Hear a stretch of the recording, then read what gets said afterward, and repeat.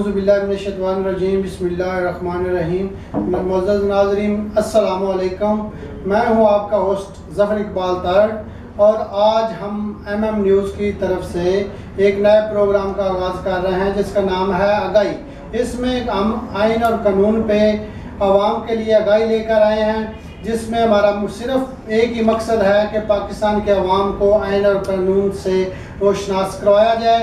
اس لیے آج ہم نے ایک سینئر قانون دان، سابق صدر سیکرٹری بار حافظ آباد، عوامی اور قانونی حلقے میں جانے پہچانے جانے والی شخصیت جناب ارشد مان صاحب کو مدعو کیا ہے. سر مان صاحب، میرا آپ سے آغاز کرتے ہیں. ہمارا پہلا سوال ہے کہ جو آج سپریم کورٹ آف پاکستان نے 62F پہ فیصلہ دیا ہے، اس کے بارے میں مان صاحب آپ کی لیگل اوپینین کیا ہے؟ میں سب سے پہلے تو MM نیوز نیٹ ورک کا شکر گزار ہوں، خصوصی طور پر چیف ایگزیکٹو گلزار حسین چوہان صاحب کا، جنہوں نے پروگرام آگاہی شروع کیا ہے جس سے عوام الناس قانون اور آئین سے استفادہ حاصل کر سکے. تو میری جو اس کے متعلق رائے ہے 62F کے متعلق کہ سپریم کورٹ کا فیصلہ آئین کی روح سے بالکل درست ہے، اس میں کوئی ابہام نہیں ہے. یہ آرٹیکل 62 63 جو ہے یہ اوریجنل کانسٹیٹیوشن 1973 میں شامل نہیں تھا اور اسے جال آگ کی عملیت میں شامل کیا گیا بنیاد پرستوں کی خواہش پر، اور ہمیشہ ہی لبرل ڈیموکریٹک اور آئین کے ایکسپرٹ لوگوں نے اس کے متعلق کہا کہ یہ 62 63 جو آئین کا حصہ نہیں ہونا چاہیے. میرے نزدیک بھی یہ ہے کہ 62 63 پر صرف نبی پاک صلی اللہ علیہ وسلم کی شخصیت پورا اترتی ہے. وہ صادق اور امین تھے. آج کے انسان میں تو ہم لوگ خوابیوں کے پتلے ہیں. 18ویں ترمیم کے ہوتے ہوئے بھی اس وقت کی پاکستان پیپلز پارٹی نے مستقبی این کو کہا تھا کہ یہ 62 63 کو آئین سے نکال دینا چاہیے. سر آپ کی نظر میں آج کا فیصلہ جو ہے وہ درست ہے یا غلط ہے؟ میں نے کہا ہے کہ آئین کی روح سے یہ فیصلہ بالکل درست ہے. جو سپریم کورٹ آف پاکستان نے اس نے لیجسلیشن تو نہیں کر دی، اس نے تو قانون کی تعبیر و تشریح کر دی ہے، اور تعبیر و تشریح میں اگر آئین میں آرٹیکل میں ترمیم کر لی ہے، اس میں 5 سال 10 سال کی مدت مقرر کر لی تھی، تو وہ پارلیمنٹ کا یہ رائٹ ہے، نہ کہ یہ سپریم کورٹ. سر اس فیصلے کی ذات میں سابق وزیر اعظم کے علاوہ کون کون لوگ آ رہے ہیں؟ اگر لوکیلٹی کی ہم بات کریں، یہاں کے جو موجودہ حافظ آباد کے سابق MNAs وغیرہ ہیں جن کے خلاف بھی اسی آرٹیکل کے تحت ڈیسیژن آیا تھا سپریم کورٹ میں، کیا دوسری اس سلسلے میں میں آپ کو آگاہ کر دوں کہ جتنے بھی فیصلے ماضی میں ہوئے ہیں جو اثاثے جنہوں نے چھپائے تھے یا کسی نے اپنی ڈگری کو اس کی جعلی تھی، تو وہ 62F پہ فال کرتے ہیں، اور تمام لوگ جو ڈسکوالیفائی ہوئے تھے وہ اس فیصلے کی روح سے ہمیشہ کے لیے وہ. سر میں اس میں نام نہیں لینا چاہ رہا تھا، لیکن میں عرض کر رہا ہوں کہ جو سابق MNAs مہدی حسن بھٹی ہے وہ بھی اسی ایکٹ کے تحت، اسی آرٹیکل کے تحت ڈسکوالیفائی ہوئے ہیں. جی ہاں، اب جو یہ فیصلہ پہلے جو بیا نواز شریف صاحب کا ریویو پٹیشن میں فیصلہ آیا تھا، اب اسپیسیفک 62F پر آیا ہے، تو اس میں تمام لوگ شامل ہیں. اس میں مہدی حسن بھٹی صاحب بھی شامل ہیں. سر اس میں تھوڑا سا میں مزید جناب سے اپنا اوپینین لینا چاہتا ہوں کہ جو جہانگیر ترین صاحب کا ہے وہ بھی سیم ہی ڈیسیژن ہے، وہ بھی اسی آرٹیکل کے تحت ہی آیا ہے فیصلہ، یا کہ ان کا کیس کوئی الگ کیس تھا؟ جی نہیں، وہ جہانگیر ترین صاحب ہی اسی فیصلے کی روح سے ہمیشہ کے لیے لاحق ہو گئے. جی بہت شکریہ سر. اس میں سر اس کو اپنا کانسٹیٹیوشن اور آئین پہ ہمارا پروگرام ہے، اس کو ہم فردر سر اس کو الیبوریٹ کرنے کے لیے جناب اس کی سر کانسٹیٹیوشن جو پاکستان ہے 1973، اس کی تھوڑی سی اہمیت اور ہسٹری پہ تھوڑا سا سر ہمارے ناظرین کو بتا دیں، تاکہ اس پروگرام کو دیکھنے کے بعد لا کے اسٹوڈنٹس، وکلاء اور عام جو شہری ہیں ان کو کافی جو ہے نا اپنا آگاہی مل سکے. آئین جو ہے کسی ملک کی بنیادی دستاویز ہوتا ہے اور یہ سپریم لا ہے اور تمام دوسرے ایگزسٹنگ لا جو ہے اس پر یہ آئین پریویل کرتا ہے۔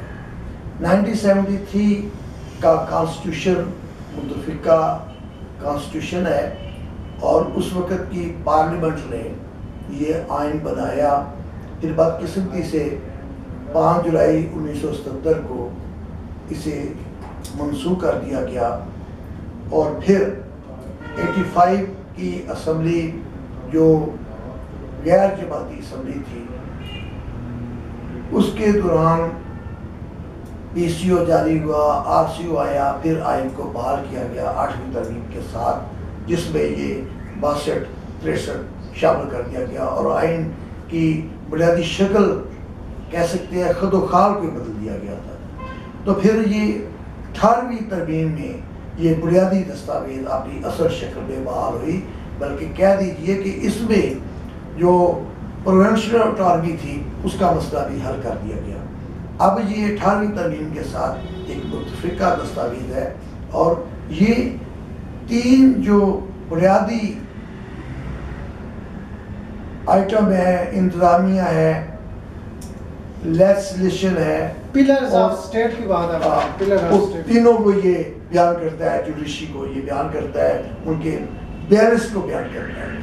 تو آئین جو ہے سر آپ کی نظر میں لا کانسٹیٹیوشن سپریم ہے، پارلیمنٹ سپریم ہے، سپریم کورٹ سپریم ہے یا انتظامیہ سپریم ہے؟ میری نظر میں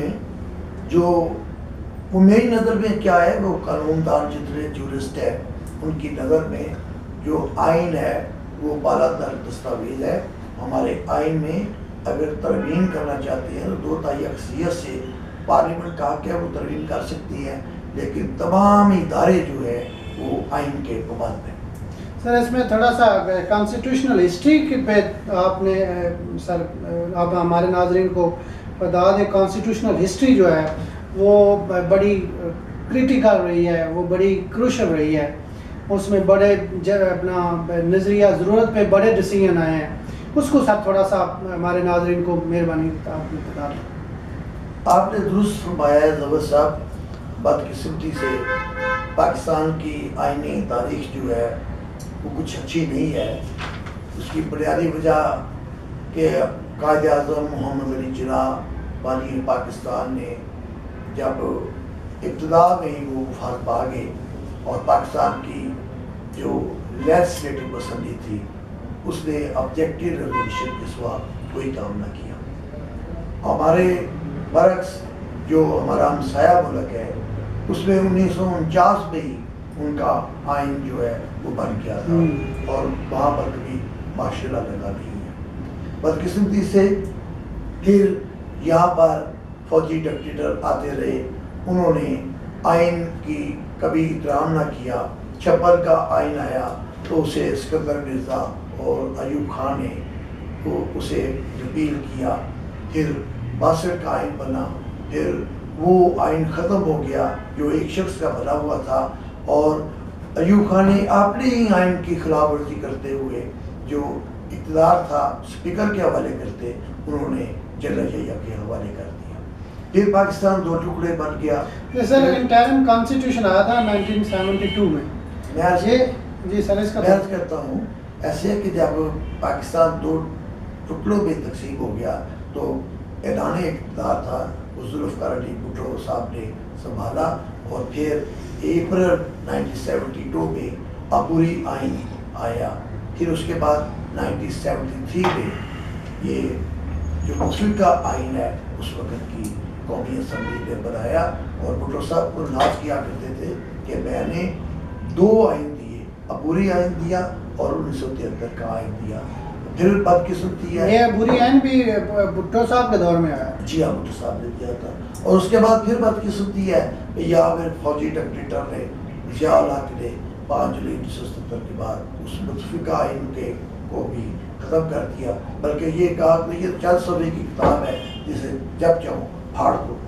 اب کہہ سکتی ہیں کہ ایک پچھلا دور ہے، مکمل آئینی ہے، اور آج بھی عوام مسلم لیگ کی حکومت ہے، میاں نواشی صاحب نہیں ہیں، تو عباسی صاحب وزیر اعظم ہے، لیکن آئینی اور قانونی طور پر یہ درست حکومت آئین کے مطابق. بے شک سر، یہ ہمارا جو کانسٹیٹیوشن ہے یہ دنیا میں اچھے کانسٹیٹیوشن میں اس کا نام ہے.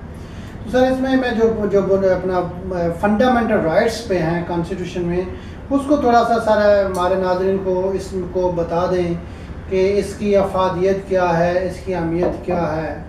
اس کو سر میں اسپیشلی جو ہے نا اس کو فیئر ٹرائل پہ بات کروں گا. فیئر ٹرائل پہ کانسٹیٹیوشن کا آرٹیکل 10A ہے جو ریسنٹ امینڈمنٹ میں ہے، اس کو سر فری ٹرائل، ہم کس کو فری ٹرائل کہہ سکتے ہیں؟ بنیادی حقوق کے متعلق یہ کہہ سکتے ہیں کہ آئین کا آرٹیکل 8 جو ہے وہ بنیادی حقوق کے متعلق تعریف کرتا ہے کہ کوئی قانون ایسا نہیں بنایا جائے گا جو بنیادی حقوق کے منافق ہو. بنیادی حقوق وہ ہوتے ہیں ظفر صاحب جو آئین گرانٹ کرتا ہے، اور اگر کوئی فنڈامنٹل رائٹ کسی کا انفرنج ہوتا ہے تو وہ ایگریوڈ آدمی یہ حق رکھتا ہے کہ وہ ہائی کورٹ میں جائے انڈر آرٹیکل 199 کے تحت وہ پٹیشن لے کے جائے گا، جا سکتا ہے، وہ ہائی کورٹ میں جا سکتا ہے. اب آپ نے سوال اس پر کر دیا ہے کہ 10A فری ٹرائل کی بات کر رہا ہوں. فری ٹرائل کو الیبریٹ جی آپ نے درست فرمایا ہے کہ پہلے 10 آرٹیکل موجود تھا جو کہ پروٹیکشن اگینسٹ ڈیٹینشن. اب اس میں فیئر ٹرائل آ گیا. فیئر ٹرائل ہوتا ہے کہ ملزم کو مکمل مواقع دیے جائے کہ وہ اپنا ڈیفینس کر سکے. اگر کوئی ایگزسٹنگ لا اس کے راستے میں رکاوٹ ہے تو وہ فیئر ٹرائل کے لیے ہائی کورٹ جا سکتا ہے کہ مجھے یہ دستاویز پیش کر دی ہے یا میرے ڈیفینس میں نے دینا تھا مجھے رکا گیا ہے، تو اس کے لیے یہ آئین نے کس ٹرائل کو سر معذرت کے ساتھ ہم فری ٹرائل کہہ سکتے ہیں آپ کی نظر میں؟ میں عرض کرتا ہوں ظفر اقبال صاحب کہ جو ہمارا ٹرائل ہے وہ کرمنل پروسیجر کوڈ کے تحت ہم کرتے ہیں، CRPC کے تحت. جی ہاں. تو وہاں پر سیشن ٹرائل بھی ہے، مجسٹریٹ ٹرائل بھی ہے. تو اگر وہاں پر کوئی ایسی ہرڈل آ جاتی ہے جو کہ فیئر ٹرائل میں کے راستے میں رکاوٹ ہے تو آئین کہتا ہے کہ اسے وہ مکمل مواقع دیے جائیں کہ ملزم اپنا دفاع کر سکے. تو یہ فیئر ٹرائل کی انہوں نے سر اپنا ٹرائل جو ہے وہ مجسٹریٹ کر سکتا ہے، سیشن کورٹ کر سکتی ہے. اس کو ہائی کورٹ میں بھی ٹرائل ہو سکتا ہے کسی بھی فوجداری مقدمے کا؟ جی ہاں، ہائی کورٹ کی یہ جورسڈکشن ہے، اگر وہ چاہیں تو وہ ٹرائل اپنے پاس کر سکتی ہے. جس طرح پاکستان میں ذوالفقار علی بھٹو کا مرڈر ٹرائل جو ہے وہ ہائی کورٹ یہ کوئی ریفرنس کے تحت کر سکتے ہیں کہ یا یہ اپنا سویٹ ویل ہے اپنا موجودہ جو کرائم اپنا گورنمنٹ ہوگی یا ہائی کورٹ کی ہے، یا یہ کون کر سکتا ہے کہ ہائی کورٹ کو ڈائریکٹ وہ ریفر کر سکتا ہے؟ وہ یہ ہے کہ جو ٹرائل کورٹ ہے ٹرائل کورٹ نے کرنا ہے. اگر کوئی سمجھتا ہے کہ میرا فیئر ٹرائل وہاں پر نہیں ہو سکتا ہے تو وہ ہائی کورٹ جا سکتا ہے کہ یہاں پر میرا فیئر ٹرائل کیا جائے. لیکن ہائی کورٹ کے پاس جو انہوں نے ماضی کی روایت کو سامنے رکھتے ہوئے جو ٹرائل کورٹ ہے وہاں پر ہی بھیجنا ہے. مثلا حافظ آباد میں ٹرائل کورٹ ہے، وہ کہتے ہیں نہیں میرا سیشن ٹرائل یہاں پر نہیں ہو سکتا، تو وہ ہائی کورٹ جو ہے انہیں ٹیک اپ کر کے شیخوپورہ بھیج سکتی ہے. عموماً جو ہے وہ ایسے ٹرانسفر ہو جاتی ہیں. لیکن یہ کم مثال ہے کہ ہائی کورٹ خود ٹرائل کرے. میں جو ہسٹری پڑھی ہے وہ ذوالفقار علی بھٹو کا ٹرائل نظر آتا ہے. ایک کیس ہوا ہے ذوالفقار علی بھٹو کا جس میں ٹرائل ہائی کورٹ نے ریجیکٹ کیا ہے. بہت شکریہ. اچھا، اس میں سر کس شخص کو اریسٹ کیا جا سکتا ہے اور اس کو کتنی دیر تک بیہائنڈ دا بار رکھا جا سکتا ہے اور کن کن وجوہات پہ رکھا جا سکتا ہے؟ جی، یہ آرٹیکل 10 ہے. آرٹیکل 10 ہے. اور اس میں ایک سر اور نیکسٹ اس کے ساتھ سوال ہے کہ اگر اس کو اریسٹ کر لیا جاتا ہے تو کب وہ اس کو عدالت میں پیش کیا جائے گا؟ پیش نہیں کیا جائے گا تو اس کے اگینسٹ ریمیڈی کیا ہے؟ ایسے ہے کہ 10 آرٹیکل میں اور اس کے ساتھ آپ نے سیکشن 61 CRPC جب ایک آدمی گرفتار کیا جاتا ہے تو اسے 24 آورز کے اندر 24 گھنٹے کے اندر مجسٹریٹ کے سامنے پیش کرنا ہے، اور پھر اس کا ریمانڈ لیتی ہے، تفتیش مکمل کرتی ہے، وہ ڈے بائی ڈے یا ٹائم لیتی ہے، جو مجسٹریٹ ریمانڈ دیتا ہے اس میں تفتیش مکمل کرنے کے بعد وہ فیس کرتے ہیں ٹرائل کو، اور وہ پھر اپنا ملزم جو ہے اپنا پہلا اس کا ڈیفینس ہے وہ بیل میں جاتا ہے، وہ بیل دی جاتی ہے آفٹر جوڈیشل کر دیا جاتا ہے۔ اگر کوئی آدمی کو ان کسٹڈی لیا ہے اور اس کی اریسٹ نہیں ڈالتے تو پھر ہمارے پاس ریمیڈی ہے کہ ہم ہائی کورٹ میں جائیں، ہیبیس کارپس کے لیے، اور سیشن کورٹ 199 میں جائیں گے ہم، جی 199 میں نہیں جائیں گے، 491 میں 491 CRPC میں جس سیشن کورٹ جا سکتی ہے، ہائی کورٹ جا سکتی ہے، ہیبیس کارپس میں کہ ملزم کو غیر قانونی طور پر حراست میں دیا گیا ہے، اسے یہ جو 491 کی جو ہم موو کرتے ہیں پٹیشن، اس میں تھرو کس کے تھرو جو بازیاب کرایا جا سکتا ہے؟ کوئی بھی جو اس کا اگریب جو ڈیٹینی ہے، اس کا بھائی ہے، بہن ہے، اس کا ماں باپ نہیں، ہے، کون سی مطلب کون سی اتھارٹی جو ہے وہ اس کو بازیاب پولیس کروائے گی جو یا بیلف کروائے گی، یہ کس کی سیشن جج صاحب اگر مقرر کرتے ہیں بیلف کو تو وہ بیلف جائے گا، ہائی کورٹ ہے، ہائی کورٹ جسے بھی وہ اختیار دے گا بیلف کو دے گا تو وہ بازیاب کرے گا اور پیش کرے گا کورٹ میں۔ اچھا سر، بہت شکریہ سر۔ اس میں اپنا ریٹروسپیکٹو پنشمنٹ کے والے جو فنڈامنٹل رائٹس کا آرٹیکل 12 ہے، ریٹروسپیکٹو پنشمنٹ کا ہمارے ناظرین کو بتا دیں، اس کی جو آگاہی جو ہے نا وہ عوام تک ہمارا مقصد ہے۔ آئین اور قانون میں یہ دو ورڈ بڑے اہم ہیں، ریٹروسپیکٹو اور پراسپیکٹو۔ ریٹروسپیکٹو ہوتا ہے مؤثر بے ماضی، مؤثر بے ماضی، اور پراسپیکٹو ہوتا ہے پریزنٹ اور فیوچر کو یہ ڈیل کرتا ہے۔ اگر آج کوئی قانون نافذ کیا گیا ہے تو اس پہ مینشن کرتے ہیں کہ یہ پچھلے سال فلاں تاریخ سے نافذ العمل ہوگا، اگر وہ اس میں مینشن جو نہیں پریمبل کرتے، دیا جاتا ہے، پریمبل کیا بات کریں، پریمبل جی اس میں مینشن کیا جاتا ہے، تو یہ پریمبل میں مینشن کیا جائے گا کہ یا کسی نیکسٹ پریمبل میں نہیں ہے، وہ اس کے جو سیکشن ہے اس میں بیان کریں گے، بیان کریں گے کہ یہ ریٹرن فلاں تاریخ سے یہ فورسیبل ہے، بالکل ٹھیک، تو پھر وہ پچھلی تاریخ سے کس پہ کس ڈیٹ سے کس مطلب جرم پہ یہ نافذ عمل ہے، یہ بات کر رہے ہیں۔ میں نے عرض کیا ہے کہ اگر 2 سال پہلے اس نے کوئی جرم کیا ہے اور اس کی سزا اس وقت 2 سال ہے، آج وہ اس کی سزا 3 سال ہو گئی ہے، تو اس نے ریٹروسپیکٹو اس کے 2 سال کے مطابق ہی ڈیل ہونا ہے۔ اچھا اچھا ٹھیک، تو یہ ہوتا ہے مؤثر بے ماضی، مؤثر بے ماضی، اور ریٹروسپیکٹو سے یعنی کہ اسی اگر پنشمنٹ بڑھا دی گئی ہے، اس نے جرم 2 سال پہلے کیا تو اٹس مین کہ اس کو 2 سال ہی سزا ہوگی، 10 سال سزا نہیں ہوگی۔ جیسے یہ ریسنٹلی وہ اپنا چیک کے معاملات میں وہ کر رہے تھے، جی میں نے عرض کیا ہے نا کہ بڑا یہ کلیئر ہے کہ ریٹروسپیکٹو مؤثر بے ماضی ہے، مؤثر بے ماضی، تو وہاں پر مینشن کرنا فلاں طریق سے نافذ عمل ہے تو وہ یہ، اور پراسپیکٹو ہے پریزنٹ اور فیوچر۔ اچھا سر، یہ اپنا پروٹیکشن ہے اگینسٹ ڈبل پنشمنٹ، اس کو ہم کس طرح بیان کر سکتے ہیں؟ آپ ہمارے ناظرین کو کس طرح بتا سکتے ہیں کہ کس ایک بندے نے ایک جرم کیا اس کو ڈبل سزا ہو سکتی ہے؟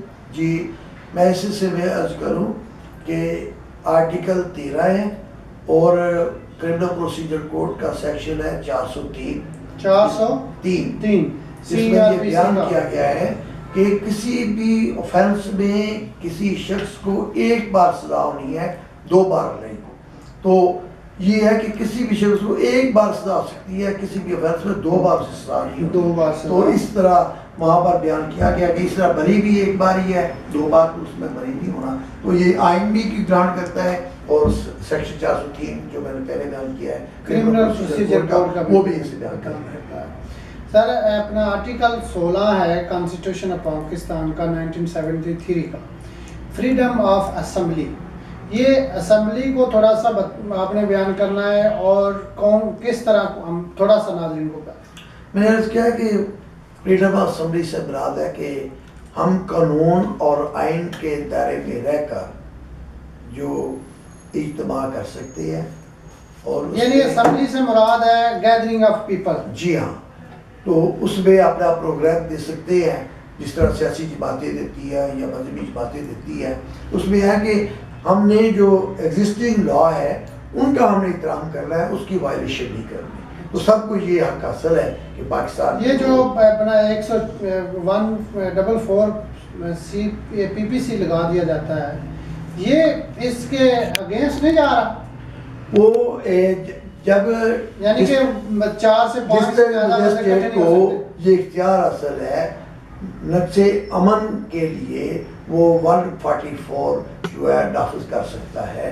یہاں پر کوئی اشتعال انگیز تقریر کرتا ہے تو یہ کس ٹائم یہ حکومت یا مجسٹریٹ یا صوبائی حکومت کس وقت 144 کا اطلاق کرتی ہے؟ یہ مجسٹریٹ ڈسٹرکٹ مینجمنٹ جو ہے وہ فیصلہ کرتی ہے کہ حالات و واقعات سے امن ہے, امن و امان کو خطرہ ہے, تو پھر وہ یہ 144 جو ہے کرمنل پروسیجر کوڈ کے تحت نافذ کرتے ہیں, اور اس کی خلاف ورزی جو ہے وہ 188 پی پی سی میں. Freedom of association article 17 constitution of Pakistan, یہ کیا ہے؟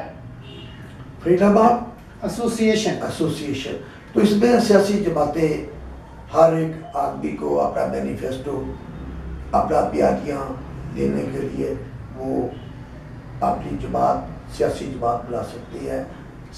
بنیادی طور پر وہی ہے کہ وہ آئین اور قانون جو بیان کیا گیا. یہ سیاسی جماعت کے آتے کیا ہے یا اس میں اور بھی کچھ چیزیں ہیں؟ اور بھی ہیں, وہ یونین ہے, جی یونین سازی ہے, مزدوروں کی ہے یا اسٹوڈنٹ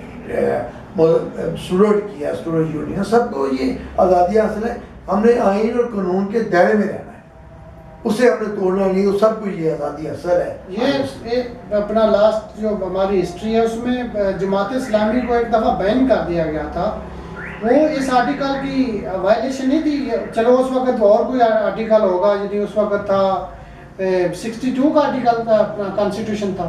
میں نے عرض کیا کہ یہ 73 کانسٹیٹیوشن سے پہلے کی بات ہے, 62 میں تو پھر وہاں پر وہ ریٹیپلیشن ہوئی تھی, تو اس میں جماعت اسلامی بحال ہو گئی تھی.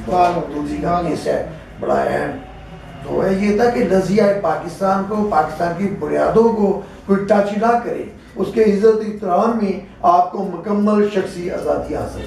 نظریہ پاکستان کے خلاف اگر کوئی بات نہیں کرے گا تو یہ آرٹیکل اس کو اجازت دیتا ہے وہ کسی بھی قسم کی ایسوسیشن قائم کرتا ہے. جی بالکل, بہت ٹھیک ہو.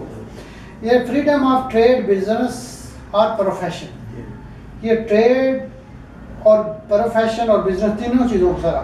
جی, پاکستان کا جو شہری ہے اس نے آئین اور قانون کا احترام کرتے ہوئے اسے پورے پاکستان میں حق آزادی یہ حاصل ہے کہ وہ اپنا پیشہ اپنائے, وہ کاروبار کرے, اور اس نے قانون کا احترام کرنا ہے. قانون کے احترام میں اگر انکم ٹیکس ہے تو دے وہ انکم ٹیکس, دوسرے ٹیکس ہے وہ دے ٹیکس. قانون اور آئین کا احترام کرتے ہوئے وہ پیشہ اختیار کر سکتا ہے. تھرو اور پاکستان اسے آنے جانے کی مکمل آزادی ہے. آرٹیکل 19 کانسٹیٹیوشن آف پاکستان کا freedom of speech, freedom of speech کس پہ بات کی جا سکتی ہے, کس پہ بات نہیں کی جا سکتی؟ میں جس طرح آپ نے زبردست پہلے مجھ سے پوچھا ہے نا, فریڈم آف ایسوسیشن سے اسی سلسلے میں ہی فریڈم آف اسپیچ ہے. تو فریڈم آف اسپیچ ہے کہ آپ نے پاکستان کے قوانین کا احترام کرتے ہوئے آپ کو آزادی حاصل ہے کہ آپ استحکام پاکستان کے لیے, اسلام کے لیے آپ تقاریر کریں, آپ ملکی امور کے متعلق اپنے خیالات کا اظہار کریں, لیکن آپ ایسی سپیچ نہ کریں جو ملکی صالحیت کے منافی ہو, جو قانون نے ہمیں کہا ہے, آئین نے ہمیں کہا ہے. اور اس میں بھی ہے کہ جو اس میں کوئی خاص اور سلنڈر میں آ جائیں گے, ایک ہوتا ہے کہ اس کا لیبل لگا دیا جائے اس پر, اور وہ اگر ہے اس میں غیر قانونی غیر اخلاقی لیبل لگا دیا گیا ہے تو یہ غلط ہے.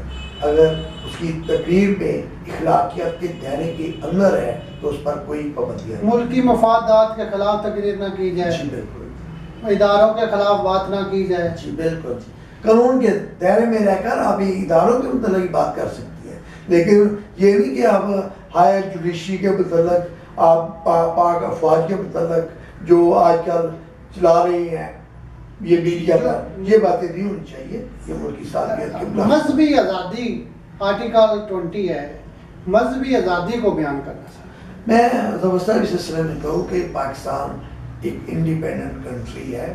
یہاں پر تمام مذاہب کے لوگ، مسالک کے لوگ رہتے ہیں. تمام کو آزادی حاصل ہے کہ وہ اپنی عبادت گاہوں میں جائیں، اپنی جو عبادت کرے ان پر کوئی پابندی نہیں ہے. عبادت کی آزادی ہے اور اپنی مذہبی اجتماع کی آزادی ہے اور اس کو ہر طرح کا اس کا فنکشن کرنے کی آزادی ہے اور اپنے تہوار منانے کی آزادی. جی بالکل جی.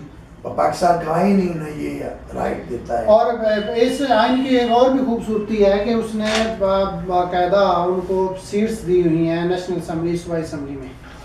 جی مان صاحب، non discrimination in respect of access to public place.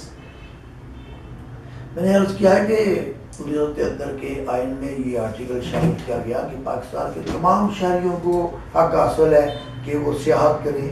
مقامات جو ہے وہ میونسپلٹی میں ہیں، پاکستان میں ہیں، تمام کو ایکسیس حاصل ہے کہ وہاں پر جائے، انجوائے کریں. جی سر، یہ سر تھوڑا سا آپ سے ڈس ایگری کروں گا. پارلیمنٹ ہے، ریڈ زون ہے، اس میں تو لوگوں کو، عام شہری کو تو نہیں جانے دیتے.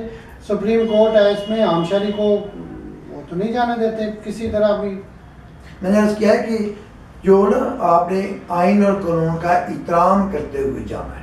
وہاں پر جو پروسیجر قومی اسمبلی میں ہے، اگر ہر آدمی کو تو نہیں آزادی اصل ہوا، وہاں پر کوئی قومی اسمبلی کا ممبر اسے کارڈ دیتا ہے تو وہ اسے کارڈ کے ساتھ اچھا جا سکتا ہے لیکن ود پرمیشن ہے. ود پرمیشن ہے. بالکل. اچھا جی، ڈسکریمنیشن ان سروس، جی یہ مطلب ہے ہر بندے کو پاکستان کے کسی بھی محکمہ میں، کسی بھی ادارہ میں جاب کا رائٹ حاصل ہے. جی بالکل. اس کو ذرا بیان کریں کہ یہ کسی کے لیے مخصوص تو نہیں ہے کہ وہ ایک بندہ یہ جاب کر سکتا ہے دوسرا یہ جاب نہیں کر سکتا. میں نے عرض کیا ہے کہ پہلے بھی بیان کر چکا ہوں مصطفیٰ صاحب، یہ آئین جو ہے ہم بڑی مقدس کتاب ہے، اس کا ہمیں ہمیشہ احترام کرنا چاہیے کہ یہ آئین ہے جس نے سب کو حقوق دیے، یکساں، امیر غریب نہیں دیکھا، جاگیردار سرمایہ دار مزدور ہی دیکھا. تمام کے بچے، مزدور کا بچہ بھی سی ایس ایس کا ایگزام دے سکتا ہے، پی سی ایس کا دے سکتا ہے، اپنی قابلیت کی بنا پر منتخب ہو سکتا ہے. اور آج پاکستان میں ہم سمجھتے ہیں یہ ایک آئینی ارتقائی مرحلہ جا رہا ہے. جب تمام شہریوں کو آگاہی حاصل ہو جائے گی تو آپ نے جو پروگرام دیا ہے اس کے مقاصد بھی پورے ہو جائے گے. بہت اچھا آپ نے بتا دیا سر. یہ زبان کی حد تک علاقائی زبانیں اور جو ہماری قومی زبان ہے اس کے حوالے سے آرٹیکل 28 ہے، اس کو تھوڑا سا سر ہمارے ناظرین کو بتائیے گا. اس سلسلے میں بھی آپ کو یہ بتا دوں کہ اردو ہماری قومی زبان ہے اور چاروں صوبوں میں رابطے کا ذریعہ بھی ہے. تو یہ ہے کہ ہمارا کلچر جو ہے، جو ہماری زبانیں ہیں، وہ ثقافت ہے، وہ ہمارے لیے قابل احترام ہے. اور اگر صوبوں کو یہ اختیار دے دیا گیا ہے، بے شک وہ پرائمری کی سطح پر یا خاص مضمون کر کے پنجابی پڑھائیں، سندھی پڑھائیں، بلوچی پڑھائیں، پٹھان پڑھائیں. یہ تو ہمارے لیے مختلف رنگوں کے پھول ہیں. اور ہمیں، اگر میں پنجابی ہوں تو مجھے چاہیے میں سندھی کے متعلق بھی آگاہی حاصل کروں، پشتو بھی سمجھوں. ہمیں یہ حق حاصل ہے، یہ آئین نے دیا ہے، ہمارے لیے یہ خوش قسمتی ہے. ہماری قومی زبان اردو ہے. علاقائی زبان کو ہمارے کانسٹیٹیوشن 1973 میں پروٹیکٹ کیا گیا ہے اور اس پہ ہر بندہ جو ہے وہ اپنی زبان کے مطابق، اپنے مذہب کے مطابق، اپنے علاقے کے مطابق زندگی گزارنے کا کانسٹیٹیوشن آف پاکستان میں حق دیا ہے. بہت شکریہ جی مان صاحب، آپ نے ہمارے ناظرین کو کانسٹیٹیوشن آف پاکستان کے بیسکس جو فنڈامنٹل رائٹ اس کو الیبوریٹ کیا. آگاہی پروگرام کی طرف سے، MM نیوز کی طرف سے آپ کی آمد کا بہت شکریہ. آپ کا بہت شکریہ. انشاءاللہ تعالیٰ ناظرین، ہم نیکسٹ پروگرام میں ملتے ہیں.